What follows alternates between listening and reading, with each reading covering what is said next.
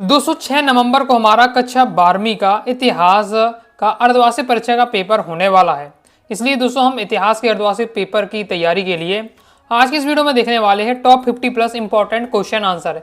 अति महत्वपूर्ण प्रश्न उत्तर देखने वाले हैं। 50 से ज़्यादा महत्वपूर्ण प्रश्न कवर करेंगे जिससे आपके क्या है इतिहास के पेपर में बहुत सारे क्वेश्चन पूछे जाने वाले हैं। एक वीडियो में दोस्तों हम 2 अंकी वाले, 3 अंकी वाले, 4 अंकी वाले महत्वपूर्ण प्रश्न कवर कर लेंगे।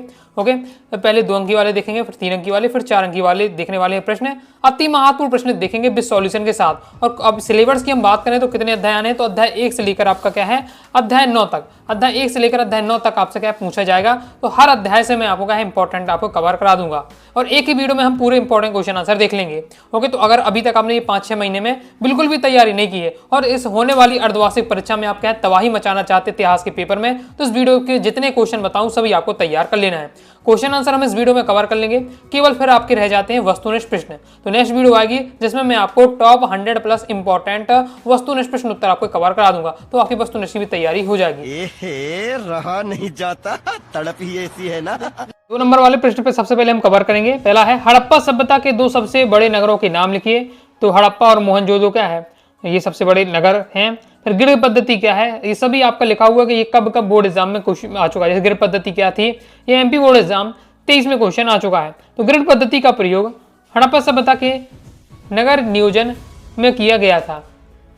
हड़प्पा सभ्यता के नगर नियोजन की महत्वपूर्ण विशेषता थी कि सुव्यवस्थित सड़कें व नालियां। नगरों में सड़कों और गलियों का निर्माण लगभग एक गृह पद्धति में किया जाता था जो एक दूसरे के समकोण पर काटती थी। सड़कें पूर्व से पश्चिम और उत्तर से दक्षिण की ओर जाती थी। नगर के अनेक खंडों में व्यक्त था, यानी सड़कों की जो समकोण पर एक दूसरे को काटती थी, ये जो बनावट थी हम क्या गृह पद्धति कहते थे। जैसे फ्यांस क्या था, फ्यांस घिसी हुई रेत एवं रंग और चिपचिपे पदार्थ के मिश्रण को पकाकर बनाया जाने वाला पदार्थ था। इस पदार्थ को बनाने की प्रक्रिया बहुत ज्यादा जटिल थी, कठिन थी, इसलिए फ्यांस से बने पदार्थ संभवतः कीमती माने जाते हैं और इन पात्रों को विलासिता की वस्तुओं के अंतर्गत रखा गया है।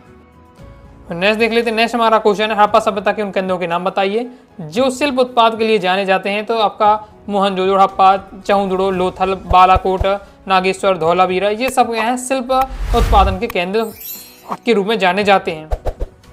कब्रों से मिली 4 वस्तुओं की आपको नाम बताने हैं जो हड़प्पा लोगों की कब्रों से मिले हैं। तो मृत भांड, ओके, शंखों के छल्ले, मन के आभूषण, ये सब मिले हुए हैं। बाकी आगे देख लेते हैं। नेक्स्ट आपको देखना है मोहनजोदड़ो सिंधु सभ्यता की 2 विशेषताओं का वर्णन कीजिए। तो देखिए वहाँ की गलियों की विशेषता, नगर जो निकास की प्रणाली थी वो सबसे बेहतरीन थी, भवन निर्माण की प्रक्रिया और विशाल स्नानागार हमें क्या है प्राप्त हुए मोहनजोदड़ो से। तो ये है मोहनजोदड़ो के विशेषता। ओके, यहाँ तो बहुत डिटेल से दिया है लेकिन आपको क्या 2 लाइन में शॉर्ट में आपको बता देना है। आगे नेक्स्ट आपको तय करना है ब्राह्मी लिपि को पढ़ने में सबसे पहले किसने सफलता प्राप्त की थी, किस विद्वान ने। तो ब्राह्मी लिपि को सबसे पहले 1838 में जेम्स प्रिसेप ने विद्वान ने पढ़ा था। ओके, तो एमपी बोर्ड एग्जाम 24 में क्वेश्चन आ चुका है। देखिए जो हम 2 अंकी में प्रश्न कवर कर रहे हैं तो हो सकता है यहाँ से वो 2 नंबर का क्वेश्चन ना पूछ के आपसे ऑब्जेक्ट में पूछ दिया जाए। ऑब्जेक्ट में सीधे आ सकता है ब्राह्मी लिपि को सबसे पहले किसने पढ़ा, तो जेम्स प्रिसेप ने पढ़ा। एक वाक्य में इस बार से भी आ सकता है या वस्तुनिष्ठ में आ सकता है। ओके, तो ये इस बात का आपको ध्यान रखना है। मौर्य साम्राज्य की कोई 4 प्रमुख ऐतिहासिक स्रोत की नाम लिखिए। तो मैग्नीस्थनीज की इंडिका हो गई, कौटिल्य की अर्थशास्त्र हो गई, विशाखदत्त की मुद्रा राक्षस, अशोक के अभिलेख। ओके, अब जैसे मैंने ये पढ़ा दिया, अब हो सकता है ऑब्जेक्ट में पूछ लिया जाए कि मुद्रा राक्षस किसकी रचना है, तो विशाखदत्त की। ओके, तो और इंडिका किसने लिखी, तो मैग्नीस्थनीज लिखी। तो ये बात भी आपको क्या फोकस करनी है। ऑब्जेक्ट में ऐसे ही आपका बनता है। ओके, कहीं अलग से ऑब्जेक्ट नहीं बनते, टॉपिक के बीच से पार से बनते हैं। मौर्य साम्राज्य में कोई 5 प्रमुख राजनीतिक कौन से, पाटलिपुत्र, तक्षशिला, कपिसा, तोसाली, उज्जैन, ये सब थे। ओके, मैग्नीस्थनीज कौन था, तो चंद्रगुप्त मौर्य में के दरबार में जो यूनानी राजदूत था एक मैग्नीस्थनीज, वह लगभग 5 वर्षों तक चंद्रगुप्त मौर्य के दरबार में रहा। उसने भारत का आंखों से देखा हाल अपनी पुस्तक इंडिका में लिखा। सबसे प्राचीन अभिलेख किस भाषा में लिखे गए, तो अभिलेख प्राकृत भाषा में लिखे गए। आगे देख लेते हैं। अभी दोस्तों मैं आपको क्या है केवल 2 नंबर वाले प्रश्न बताते जा रहा हूँ, फिर 3 नंबर वाले, फिर 4 नंबर वाले। ओके, तो देख लेते हैं। नेक्स्ट, वेद व्यास किस महाकाव्य की रचना की, तो वेद व्यास ने किस महाकाव्य की रचना की, महाभारत नामक महाकाव्य की रचना की। पितृवंशता से आप क्या तात्पर्य है, तो वह वंश परंपरा जो पिता के बाद पुत्र, फिर पपौत्र, फिर पुत्र पितृ, फिर पौत्र, फिर प्रपौत्र आदि से चलती है, पितृवंशता कहलाती है। मातृवंशता क्या है, सब बोर्ड एग्जाम में क्वेश्चन लगातार आपके आ चुके हैं। तो वह वंश परंपरा जो मातृ पक्ष के अनुसार चलती है, मातृवंशता। बहिर्विवाह क्या होता है, तो गोत्र कुल से बाहर होने वाले विवाह को बहिर्विवाह कहते हैं। अंतर्विवाह क्या है, गोत्र में विवाह करना या अपने समूह के मध्य विवाह करना अंतर विवाह कहलाता है। यह समूह एक गोत्र, कुल अथवा एक जाति या फिर एक ही स्थान पर रहने वाले लोगों में हो सकता है। गोत्र शब्द का क्या अर्थ होता है? तो कुल, वंश और परिवार से होता है। दूसरे शब्दों में एक ही पूर्वज की संतान या उत्तराधिकारियों को एक गोत्र के अंतर्गत रखा जाता है। प्रत्येक गोत्र का नामकरण किसी एक वैदिक संत के नाम पर होता है। आगे देख लेते हैं। आगे नेक्स्ट, जैन धर्म के तीरत्न कौन से हैं? तो सम्यक ज्ञान, सम्यक दर्शन, सम्यक चरित्र, ये क्या होते हैं? जैन धर्म के तीरत्न।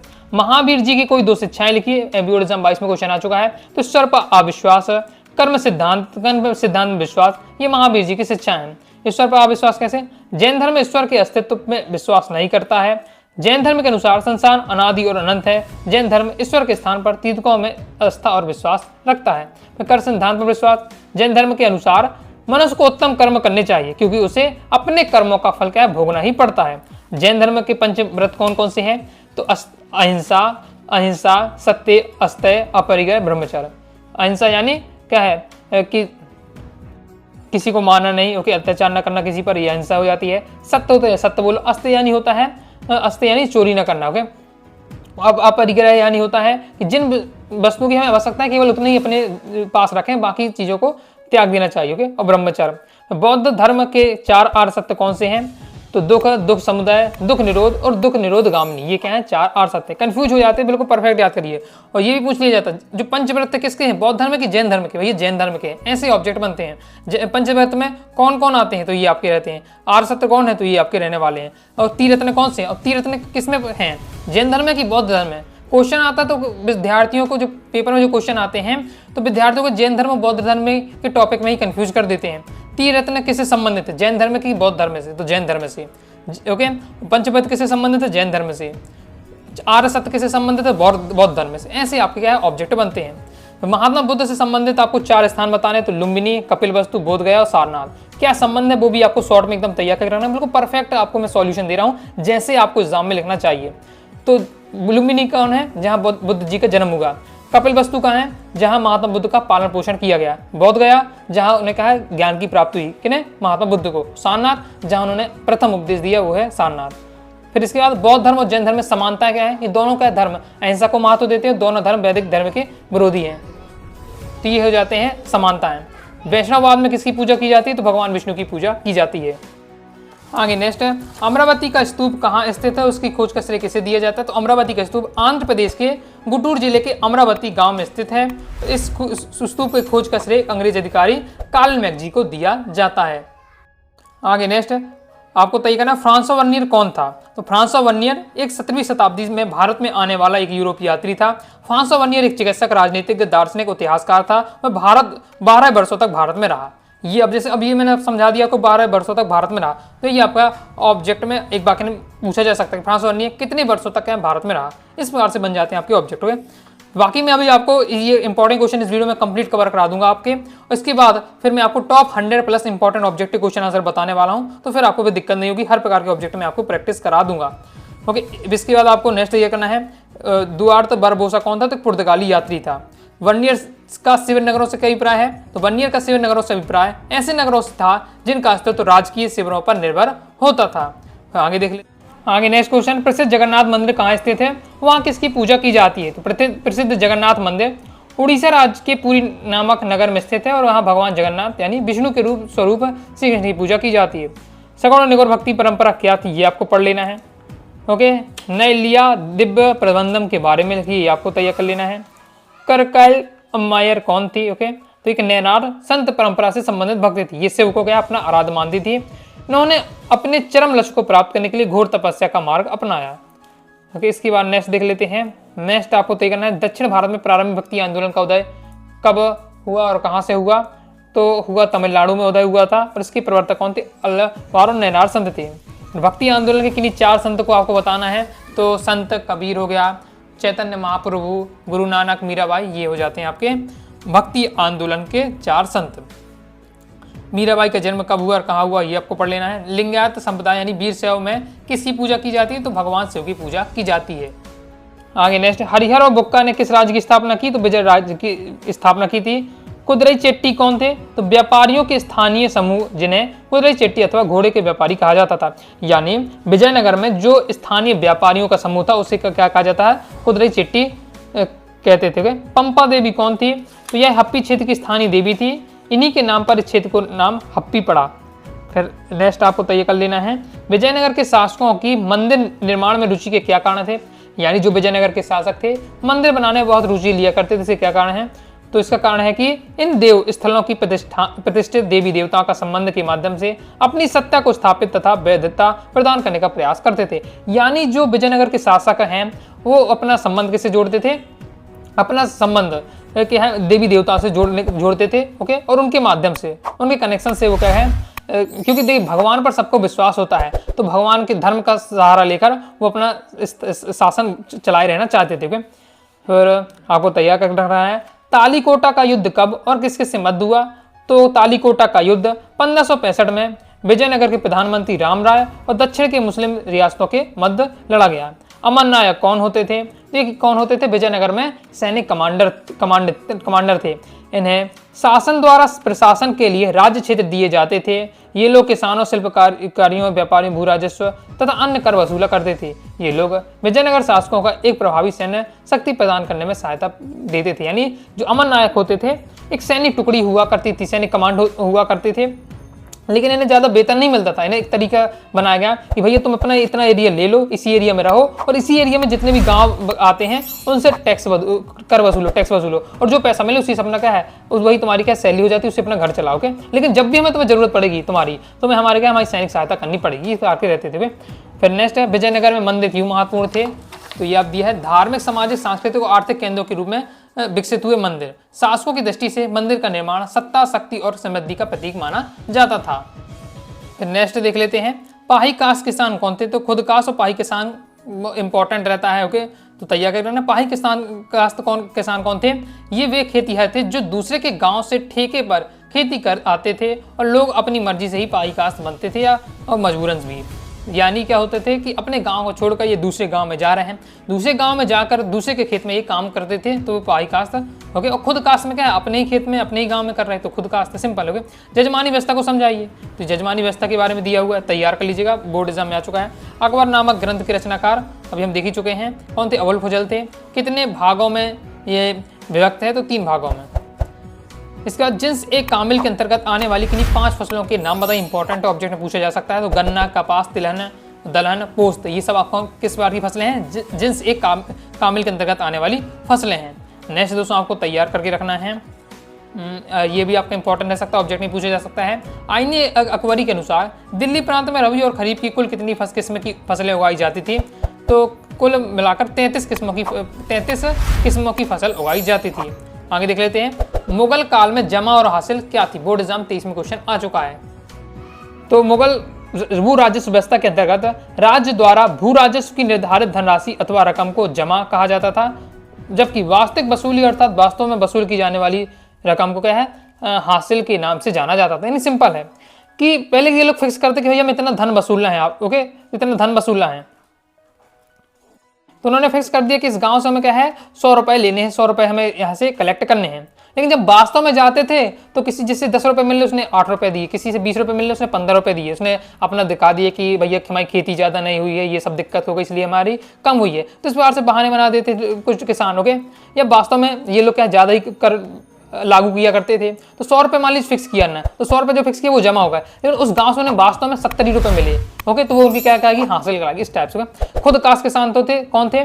खुद कास्ट किसान भूमि के स्वामी हुआ करते थे। खुद कास्ट किसान की भूमि और घर एक ही गांव में होते थे। खुद कास्ट यानी खुद की गांव भी वही है, वही भूमि भी है। जबकि पाही कास्ट में क्या हो, तो पाही कास्ट में वो अपने गांव को छोड़कर दूसरे गांव में जा रहे हैं और दूसरे गांव में जाने के बाद दूसरे के खेत में काम कर रहे हैं, तो पाही कास्ट। ओके, खुद कास्ट यानी खुद के मालिक। अमीर गुजार कौन थे, ये पढ़ के रखना है। फिर आगे नेक्स्ट देख लेते हैं, फिर नेक्स्ट पढ़ के रखना है, जमींदारों की बढ़ी हुई हैसियत के क्या कारण थे? तो पहला कारण था कि उनकी जाति, जमींदार क्या बड़ी बड़ी जातियों के होते तो जाति का उनको थोड़ा घमंड रहता था। दूसरा कारण यह है कि लोग राज्य को कुछ खास किस्म की सेवाएं खिदमत देते थे, यानी राजाओं को कुछ स्पेशल सुविधाएं भी देते थे, इसलिए 2 कारण के कारण इनकी हैसियत बड़ी हुई थी। ओके, फिर आगे नेक्स्ट मुकद्दम या मंडल के क्या कार्य होते थे? तो ये 2 कार्य होते थे, तो इन्हें आपको तैयार कर लेना है। तो ये हमारा कंप्लीट हो जाता है। आगे नेक्स्ट है सूर्यास्त कानून क्या था, इंपॉर्टेंट रहने वाला, बोर्ड एग्जाम में आ चुका, ये तैयार करके रखिएगा। जोतदार कौन होते थे? औपनिवेशिक काल में, औपनिवेशिक काल शब्द लिखें यानी अंग्रेजों के समय में। धनी किसानों को क्या कहलाते? जोतदार कहते थे। जो किसानों में भी जो अमीर किसान होते उन्हें जोतदार बोला जाता था। ओके, राजा शब्द का अभिप्राय ये आपको पढ़ के रखना है। बुकानन कौन था, ये इंपॉर्टेंट है। तो फ्रांसीसी बुकानन ने क्या है, चिकित्सक था और भाई भारत आया था। ओके, ये उसने क्या है और बंगाल में चिकित्सा सेवा भी कार्य किया है, तैयार कर रखिएगा। पहाड़िया कौन होते थे? तो राजमहल की पहाड़ियों के आसपास रहने वाले लोग पहाड़िया के नाम से जाने जाते थे। लॉर्ड कॉर्नवालिस ने बंगाल में भू राजस्व की किस पद्धति को प्रचलित किया? इस्तेमारी बंदोबस्त को प्रचलित किया।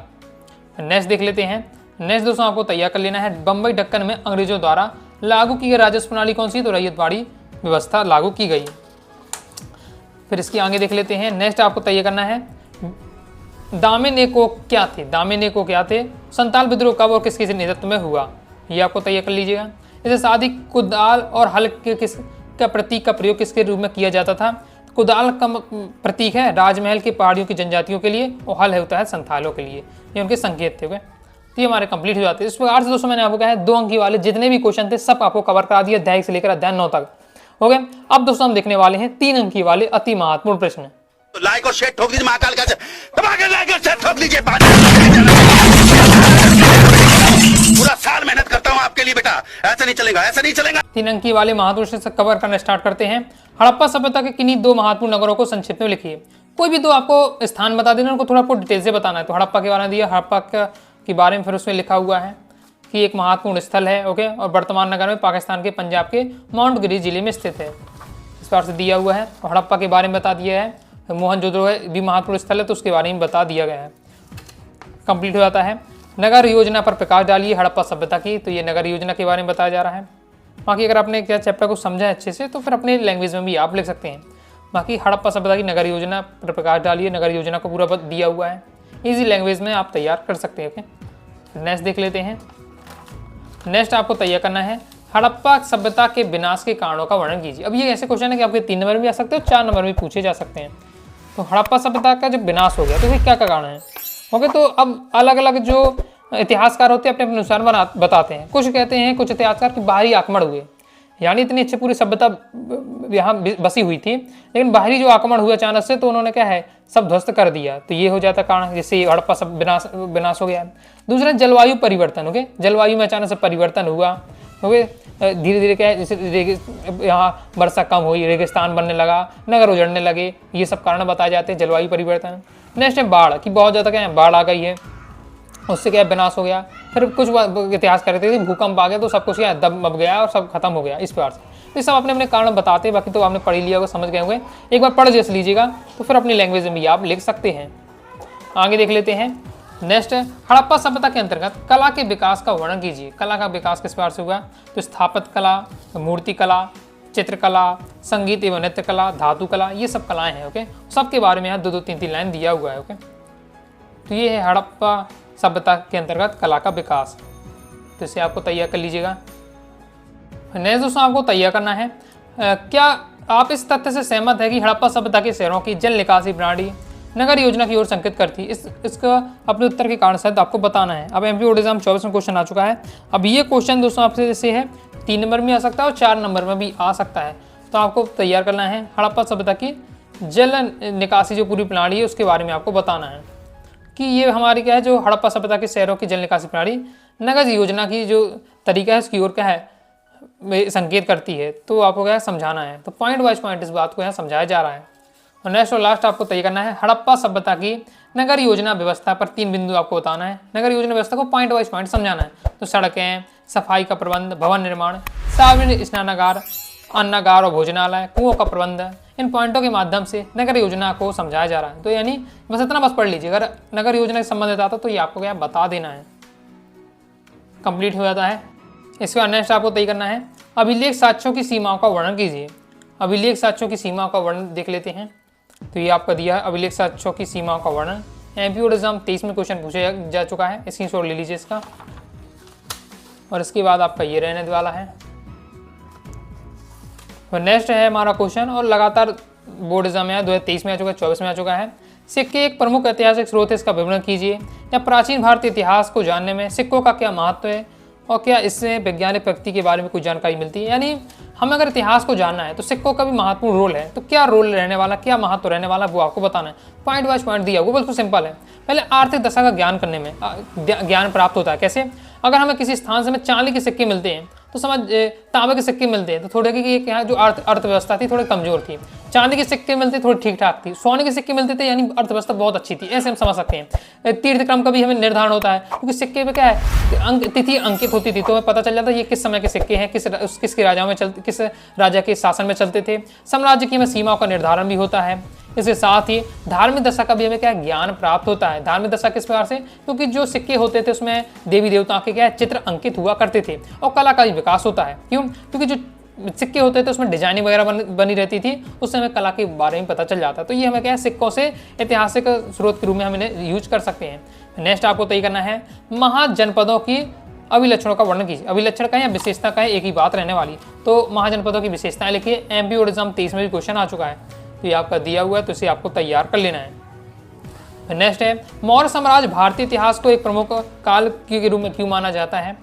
तो इसे ही बताया जा रहा है कि मौर्य साम्राज्य को भारतीय इतिहास का एक प्रमुख काल है, तो किस प्रकार से, वो आपका दिया हुआ है। नेक्स्ट कम इंपॉर्टेंट लेकर पढ़ के रखना है। मौर्यकालीन इतिहास को जानने के साधनों का संक्षेप में वर्णन कीजिए। अभी 2 नंबर में हमने देखा, जब 2 नंबर में पूछे जाए तो केवल आपको बता देना है कि विशाखदत्त की मुद्रा राक्षस से मौर्य साम्राज्य के बारे में जानकारी मिलती है, कौटिल्य का अर्थशास्त्र, मैग्नीस की इंडिका, अशोक के शिलालेख, हेडिंग बस लिख दीजिएगा। और डिटेल में अगर 4 नंबर में आ रहा है या 3 नंबर में आ रहा है तो फिर आपको क्या उसके अंडर के बारे में भी एक लाइन लिखना पड़ेगा, इस प्रकार जिस प्रकार से दिया हुआ है। नेक्स्ट और लास्ट आपको तय करना है यहाँ से अशोक के धम्म की विशेषताएं, तो अशोक के धम्म की विशेषताएं तैयार कर लीजिएगा। एमपी बोर्ड एग्जाम 24 में क्वेश्चन पूछा गया था। तैयार अच्छे से करते जाइएगा, तो ऐसा नहीं कि केवल आपकी अर्धवार्षिक परीक्षा की तैयारी हो रही है, इससे दोस्तों आपकी जो मेन बोर्ड एग्जाम है उसकी भी आपकी तैयारी होती जा रही। फिर बोर्ड एग्जाम में फिर आपको ज़्यादा टेंशन नहीं होगी, फिर ज़्यादा मेहनत भी नहीं करनी पड़ेगी अगर आप अभी मेहनत कर लेते हैं। नेक्स्ट आपको तय करना है महाभारत को एक गतिशील ग्रंथ क्यों कहा गया है। एमपी बोर्ड एग्जाम 23 में क्वेश्चन आ चुका है, तो गतिशील ग्रंथ क्यों कहा गया है, तो इसके बारे में ये बताया जा रहा है कि इसको जो लिखा जा रहा है, इसका संस्करण आते जा रहे हैं, ओके, इसका अपडेशन होते जा रहा है, वो अभी भी होते जा रहा है। शताब्दियों से इसका जो अपडेशन है चलता आ रहा है, ओके। तो वही यहाँ बताया जा रहा है कि ये इसका जो लिखाई है इसका अपडेट होता जा रहा है, लगातार अपडेट होता जा रहा है, इसलिए इसे क्या है गतिशील ग्रंथ के रूप में जाना जाता है, ओके। बाकी आप पढ़ेंगे तो आपको यहाँ समझ में आ जाएगा पूरा, ओके। फिर नेक्स्ट ये टॉपिक पढ़ लेना, अभी तक आया नहीं एग्जाम में लेकिन इंपॉर्टेंट है। धर्मशास्त्रों के अनुसार विवाह के प्रकार, क्योंकि धर्मशास्त्रों के अनुसार विवाह के 8 प्रकार होते हैं, 4 अच्छे होते हैं, 4 बुरे होते हैं। इसकी ट्रिक भी है बीडी पिएगा आरपी, मैंने पढ़ाते समय आपको बताया था बीडी पिएगा आरपी। क्या ट्रिक है मैं बता देता हूँ, बीडी पिएगा आरपी 3 3 6 7 8 ये हो जाते हैं, जिसमें आगे के 4 आपके अच्छे हैं, 4 बुरे हैं। जैसे ब्रह्म विवाह, देव विवाह, प्रजापति विवाह, आर्ष विवाह, गंधर्व विवाह, असुर, राक्षस और पिशाच विवाह। इस बार से आपके तुरंत मैंने आपको बता दी किसके कारण, ट्रिक के कारण हो गए, और यही आपके विवाह होते हैं। बाकी पेपर में आपसे पूछा जाता है कि कितने प्रकार के होते हैं वो बताइए, फिर उनके 4 जो उत्तम वाले विवाह हैं यानी 4 अच्छे वाले हैं उनको आपको वर्णन कीजिए, तो उनका वर्णन भी दिया हुआ है, तो एक बार इसे देख लीजिएगा। फिर नेक्स्ट आपको तैयार करके रखना है, प्राचीन काल में स्त्री और पुरुष किस प्रकार संपत्ति का अर्जित करते थे। एमपी बोर्ड एग्जाम 23 में क्वेश्चन आ चुका है कि किस प्रकार स्त्री और पुरुष को संपत्ति मिलती थी, तो बताया जा रहा है कि पुरुष को किस प्रकार से, स्त्री को किस प्रकार से मिलती थी। नेक्स्ट आपको तय करना है, क्या आरंभिक राज्यों में शासक निश्चित ही रूप में क्षत्रिय हुआ करते थे, इस बात को आपको बताना है। तो जो राजा है केवल क्षत्रिय हुआ करते थे, तो आपको बताना है कि धर्मशास्त्रों के अनुसार तो केवल जो क्षत्रिय हैं वही राजा हो सकते थे, लेकिन कई सारे उदाहरण मिलते हैं जहाँ इस परंपरा को नहीं माना गया है, और वो उदाहरण भी दिया हुआ है। जैसे हम बात करते हैं सातवाहन कुल में जो सबसे शक्तिशाली शासक था गौतमी पुत्र सतकर्णी, हुए तो गौतमी पुत्र सतकर्णी एक प्रकार का एक ब्राह्मण कहा जाता था, ब्राह्मण था, लेकिन फिर भी वो राजा बना। तो इस प्रकार से आपको उदाहरण देकर समझाना है। आगे देख लेते हैं, नेक्स्ट हमारा जैन धर्म की प्रमुख शिक्षाएं बताइए। वो अभी तक बोर्ड एग्जाम में नहीं है, इंपॉर्टेंट है। यहाँ तो मैंने कई सारी शिक्षाएं दे दी हैं, 3 बस पढ़ के रखना, 3 हेडिंग याद कर लिए। अनिश्वरवादी, नाम में ही सब राज चुना है, अनिश्वरवादी यानी पर जैन धर्म में ईश्वर पर विश्वास नहीं करता था, ओके। जो 24 तीर्थकार हैं उन पर विश्वास करते हैं। वेदों में अविश्वास यानी वेदों पर विश्वास नहीं करते हैं। यज्ञ बलि मोक्ष के साधन नहीं मानते हैं। आत्मवादी यानी आत्मा विश्वास करते, आत्मा के अस्तित्व विश्वास करते हैं। अहिंसा को महत्व देते हैं। कर्म के सिद्धांत पर विश्वास करते हैं और पंच महाव्रत पर विश्वास करते हैं। तो ये आपके रहने वाले हैं। कोई भी आप देखिए 3 पढ़ लीजिएगा, जो भी आपको सिंपल लगे, 3 से 4 आपको तैयार करके रखना है। ओके, तो ये जैन धर्म के लिए शिक्षाएं कहा जाए तो वही रहने वाला है, सिद्धांत कहा जाए तो भी आपका यही रहने वाला है। क्लियर है? आगे देख लेते हैं जैन धर्म के पंच महाव्रत। अभी 2 नंबर मैंने आपको पंचव्रत बता भी दिए थे, अहिंसा, अस्तेय, सत्य, ब्रह्मचर्य, अपरिग्रह। 2 नंबर में आता तो केवल आपको नाम बता देने हैं, जैसा मैंने आपकी 2 नंबर में भी बताया था। लेकिन 3 नंबर में आता है तो फिर आपको एक लाइन डिटेल से बता देना, उसका मतलब बता देना। सत्य का मतलब, ब्रह्मचर्य का मतलब, अपरिग्रह का मतलब चोरी न करना, ओके, अस्तेय का मतलब होता है चोरी न करना, अपरिग्रह का मतलब कि जो आवश्यक वस्तुएं हैं केवल उन्हीं को रखना, अनावश्यक वस्तुओं को क्या त्यागना, ओके, इस प्रकार से। फिर महात्मा बुद्ध से जीवन से जुड़े 4 स्थान, ये भी अभी मैंने आपको 2 नंबर बताया था, लुम्बिनी, बोधगया, सारनाथ, कुशीनगर। अब 3 नंबर में थोड़ा आपको क्या डिटेल से यहाँ बताना पड़ेगा। लुम्बिनी में जन्म हुआ, बोधगया में इन्हें क्या हुए, सच्चे ज्ञान की प्राप्ति हुई, सारनाथ में क्या हुआ, प्रथम उपदेश दिया था। तो शॉर्ट में याद करिए, जैसे मैं बता रहा हूँ आपको, लुम्बिनी में जन्म हुआ, बोधगया में सत्य ज्ञान की प्राप्ति हुई, सारनाथ में प्रथम उपदेश हुआ, कुशीनगर में क्या हुआ, तो कुशीनगर में महापरिनिर्वाण हुआ। क्लियर है? फिर बौद्ध धर्म के 4 अरसत्य, तो ये होता है 2, ये सभी में आपको 2 नंबर में बताया है। और 3 नंबर में क्या हो रहा है, बस उनको एक लाइन में डिटेल से आपको लिखना पड़ेगा, 3 नंबर में आता है। ओके, फिर बौद्ध धर्म के पतन के कारण लिखिए कि बौद्ध धर्म का पतन हो गया तो किसके क्या रीजन है।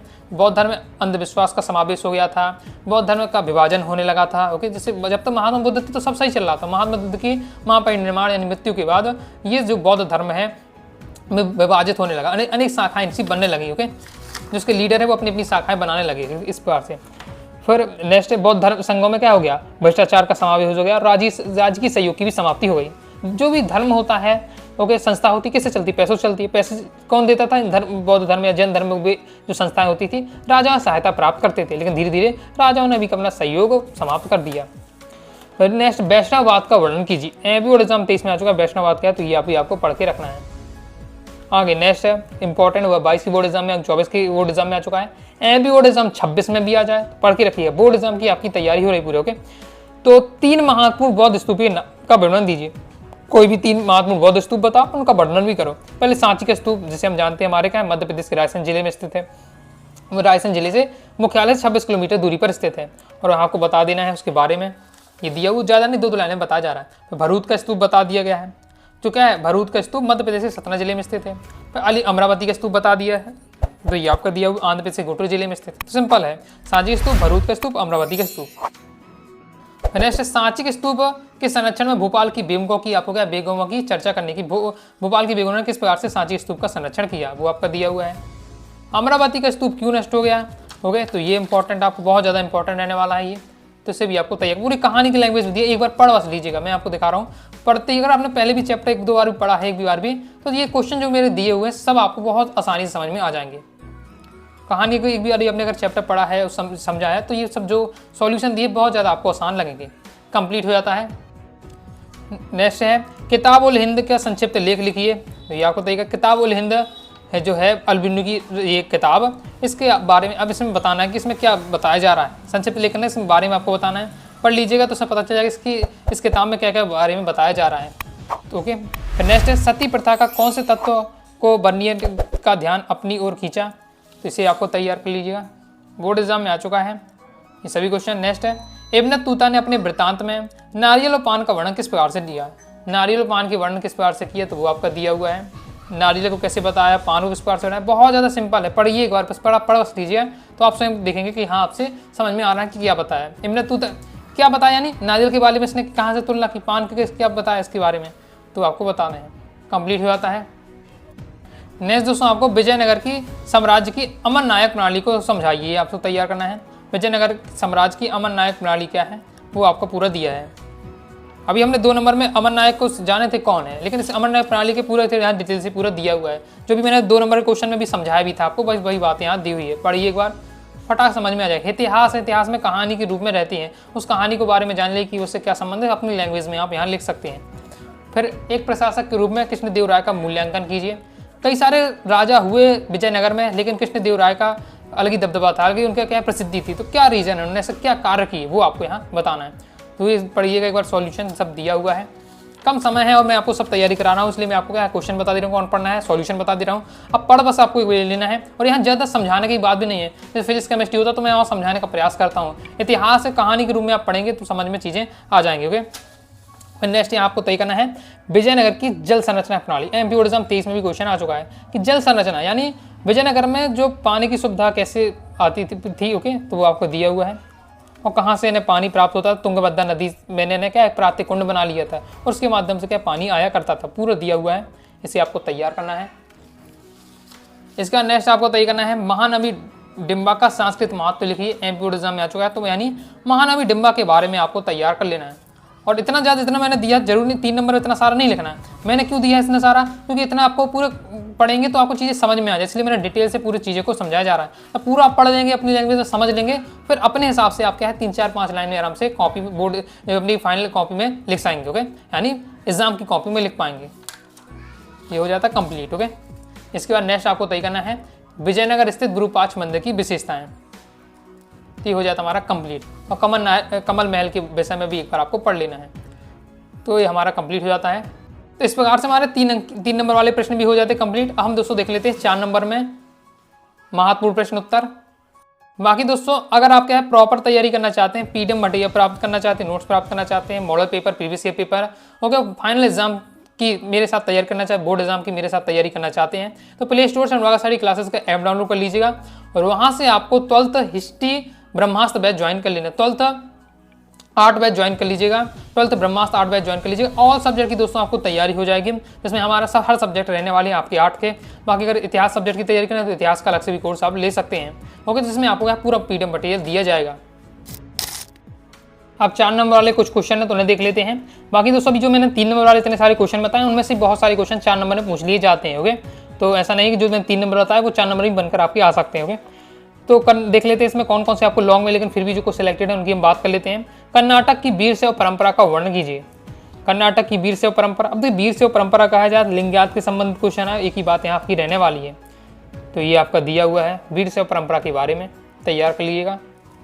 लॉन्ग के हिसाब से पूरा सॉल्यूशन आपको यहाँ दिया जा रहा है, कंप्लीट हो जाता है। नेक्स्ट है राजा सूफी संतों का समर्थन क्यों चाहते थे। जो राजा है सूफी संतों का समर्थन चाहते थे। मैंने इसका रीजन क्या रहने वाला है कि जो सूफी संत है उन्हें जनता का समर्थन प्राप्त है, तो राजा सूफी संतों का नहीं जनता का समर्थन प्राप्त करना चाहते थे, लेकिन जनता डांटक तो बात मानेगी नहीं राजा का, इसलिए राजा क्या करते सूफी संतों को अपने साथ करते और सूफी संतों के माध्यम से जनता से को अपने साइड करते इस टाइप से। ये आपका दिया हुआ है। नेक्स्ट आपको भक्ति आंदोलन की विशेषताएं का वर्णन कीजिए, ये इंपॉर्टेंट आपका रहने वाला है। तो भक्ति आंदोलन की विशेषताएं क्या कह रही वो आपको देख लेना है। Heading wise point wise point दिया हुआ है। हेडिंग वाइज हेजिंग आडम्बरों की उपेक्षा और सच्ची भक्ति पर बल दिया गया था। एक ईश्वरवाद में रास्ता थी, ईश्वर के प्रति अपार प्रेम और बल पर दिया गया महत्व। जाति प्रथा का यहाँ विरोध किया गया, हिंदू मुस्लिम की एकता पर बल दिया गया। ये सब आपकी दी हुई हैं भक्ति आंदोलन की विशेषताएं। फिर नेक्स्ट आपको तय करना है, एमपी बोर्ड एग्जाम 2224 में क्वेश्चन आ चुका है। मध्यकालीन भक्ति परंपरा के कोई 4 प्रमुख संतों के उपदेशों का वर्णन कीजिए।